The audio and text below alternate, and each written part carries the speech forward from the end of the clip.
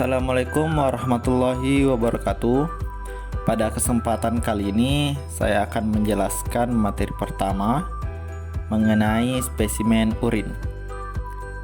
Sebelum kita melangkah lebih jauh, perlu kita ketahui terlebih dahulu apa sebenarnya tujuan dilakukannya pemeriksaan spesimen urin.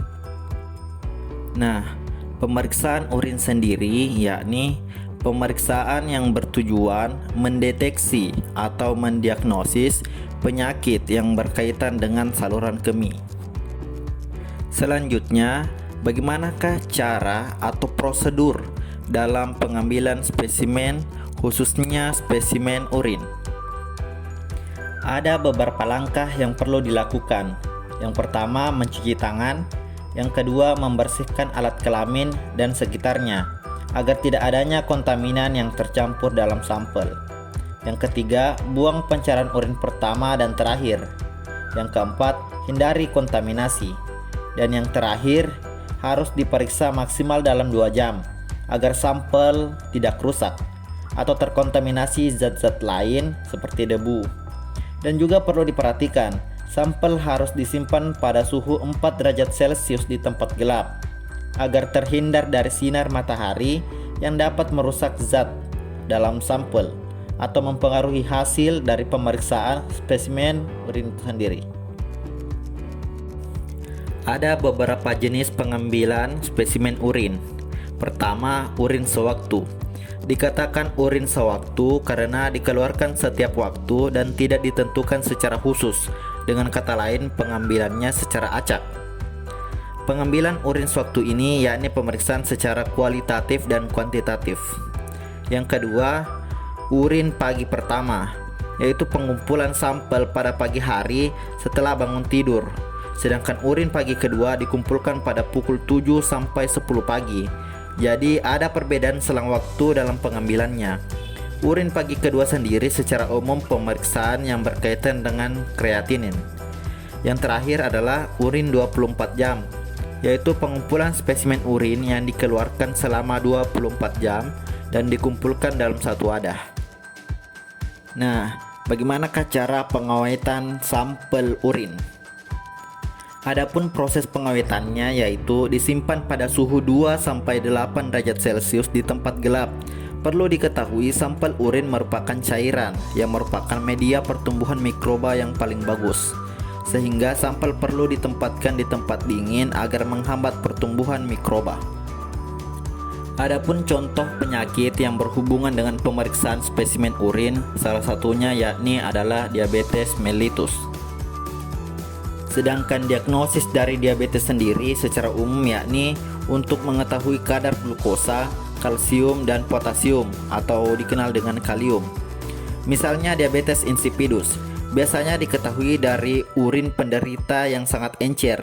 Adapun jika kadar glukosanya tinggi, maka kemungkinannya ada 2. Yang pertama, dia menderita diabetes mellitus tipe 1 atau diabetes mellitus tipe 2. Adapun pengobatannya yakni menggunakan obat antidiabetes seperti metformin dan glibenclamide. Sedangkan nilai normal sampel seperti yang ada di dalam tabel yang menunjukkan beberapa komponen yang harus dinyatakan negatif dalam spesimen urin. Adapun materi kedua yaitu spesimen sperma. Kembali kita tinjau terlebih dahulu tujuan dari pemeriksaan spesimen sperma.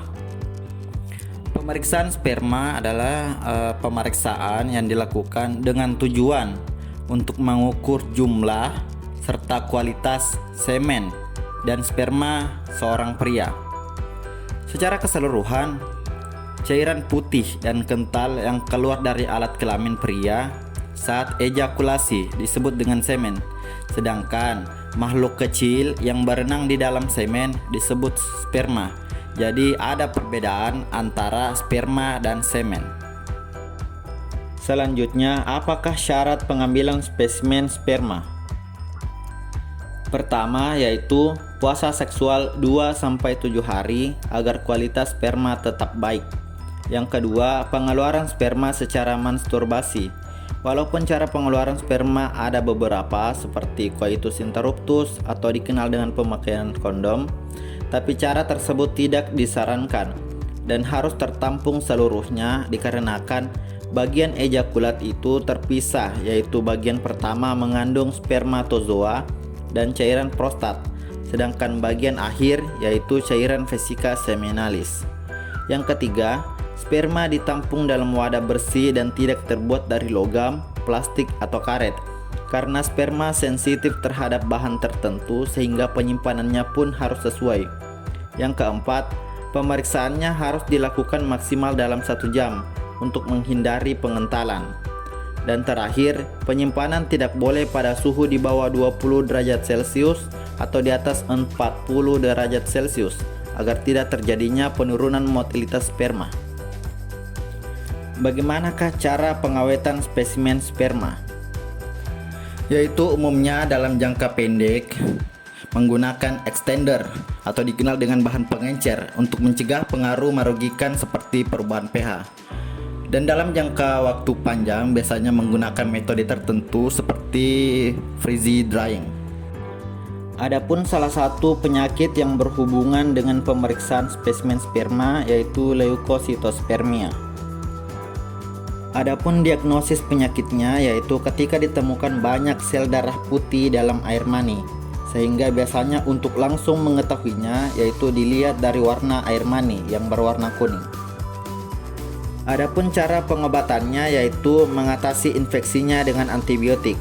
Kenapa demikian? Karena faktor pencetus terjadinya leukositospermia yaitu adanya bakteri atau kuman di dalam air mani, sehingga sel darah putih atau leukosit secara aktif masuk ke dalam air mani bertindak membasmi bakterinya. Adapun nilai normal sampel yakni seperti berikut. Materi ketiga yaitu spesimen feses. Apakah tujuan pemeriksaan spesimen feses? Pemeriksaan feses sendiri merupakan cara yang dilakukan untuk mengambil feses sebagai bahan pemeriksaan yang bertujuan mendeteksi adanya bakteri seperti Salmonella, E. coli, atau cacing seperti Ascaris lumbricoides. Apakah syarat pengambilan spesimen feses? Pertama, diambil feses segar minimal 2 gram dan tidak boleh kering dikarenakan akan sulit memeriksa spesimen dalam keadaan kering. Kedua, sampel tidak boleh diambil dengan cotton bud dikarenakan dikhawatirkan bagian cotton bud akan menempel pada spesimen. Ketiga, disimpan dalam wadah bersih dan steril. Keempat, stabilitas maksimal 24 jam pada suhu kamar. Bagaimanakah cara pengawetan spesimen feses? Yaitu menggunakan beberapa larutan pengawet seperti formalin, MIF, SAF, Scoudin, dan PFA. Adapun penyakit yang berhubungan dengan pemeriksaan feses contohnya adalah Ascariasis. Adapun diagnosis penyakitnya yaitu ketika ditemukan cacing Ascaris lumbricoides atau dikenal dengan cacing gelang pada feses yang menjadi pencetus penyakit Ascariasis. Sehingga cara pengobatannya yaitu untuk penderita Ascariasis ringan umumnya akan sembuh sendiri, tetapi penderita yang memiliki gejala biasanya diberikan obat cacing seperti albendazole. Selanjutnya, nilai normal sampel yaitu terdiri dari 2 pemeriksaan. Yang pertama secara makroskopik, yang kedua secara mikroskopik. Adapun materi keempat yaitu spesimen darah. Apakah tujuan dilakukan pemeriksaan spesimen darah? Pemeriksaan darah yang merupakan serangkaian kegiatan pemeriksaan menggunakan sampel darah dengan menusuk salah satu jari dengan alat khusus. Biasanya yang digunakan adalah lancet steril. Adapun tujuannya yakni mendeteksi penyakit, mengetahui fungsi organ, atau mendeteksi adanya racun dan zat tertentu. Bagaimanakah cara atau prosedur dalam pengambilan spesimen darah? Pertama, bersihkan tempat yang akan ditusuk dengan kapas beralkohol. Kedua, tekan bagian yang akan ditusuk. Ketiga, ditusuk dengan lancet steril. Keempat, diambil sampel darah. Dan terakhir, tempat tusukan ditutup dengan kapas beralkohol. Bagaimanakah cara pengawetan spesimen darah? Yaitu sampel darah yang biasanya ditampung dalam wadah ETA, yakni diawetkan dengan cara disimpan di kulkas pada suhu 2-8 derajat Celcius agar stabilitas sampel tetap terjaga dan untuk menghindari kontaminan. Adapun penyakit yang berhubungan dengan pemeriksaan darah contohnya adalah malaria. Dan diagnosis penyakitnya ketika ditemukan parasit Plasmodium malariae dalam darah. Adapun pengobatannya biasanya yaitu regimen kombinasi obat. Adapun nilai normal sampel darah yakni ada beberapa, yang mana terdiri dari beberapa komponen darah seperti limfosit, monosit, trombosit, dan sebagainya, yang memiliki nilai rujukan yang menandakan dalam kadar tersebut sampel darah dikatakan baik atau dikategorikan bagus. Materi yang kelima atau materi yang terakhir yaitu spesimen sputum. Apa tujuan dilakukannya pemeriksaan sputum? Pemeriksaan sputum yakni merupakan serangkaian pemeriksaan dengan menggunakan sampel sputum atau yang kita sering sebut dengan dahak, yakni bertujuan untuk mendeteksi adanya bakteri penyebab infeksi saluran pernafasan. Bagaimanakah cara pengambilan spesimen sputum? Pertama, memasang perlak pengalas di bawah dagu dan menyiapkan bengkok. Kemudian meminta pasien membatukkan dahaknya. Selanjutnya diambil 5 mili sampel lalu dimasukkan dalam botol. Adapun dalam pengambilan sampel sputum diperlukan 3 kali pengambilan dalam 2 kali kunjungan. Pertama, sputum sewaktu yaitu ketika penderita pertama kali datang.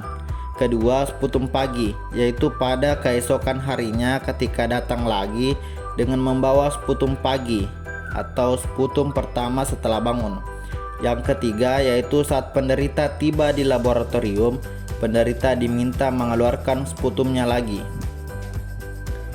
Bagaimanakah cara pengawetan spesimen sputum?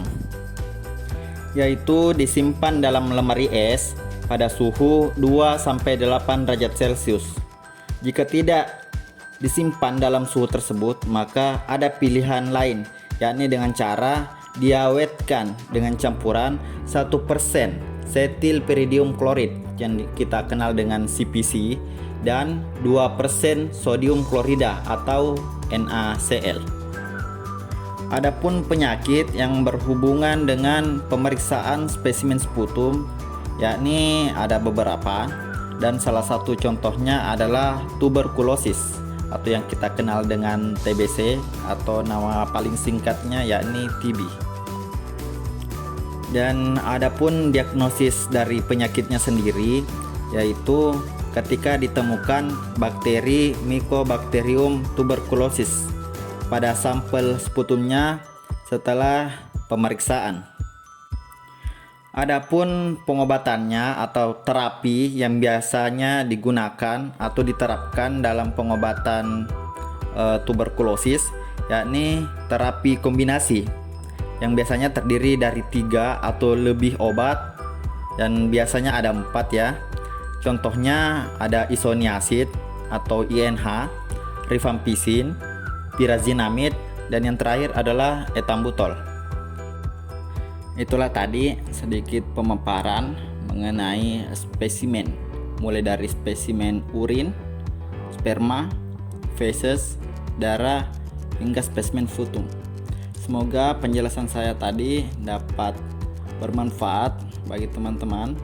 Sekian dan terima kasih. Assalamualaikum warahmatullahi wabarakatuh.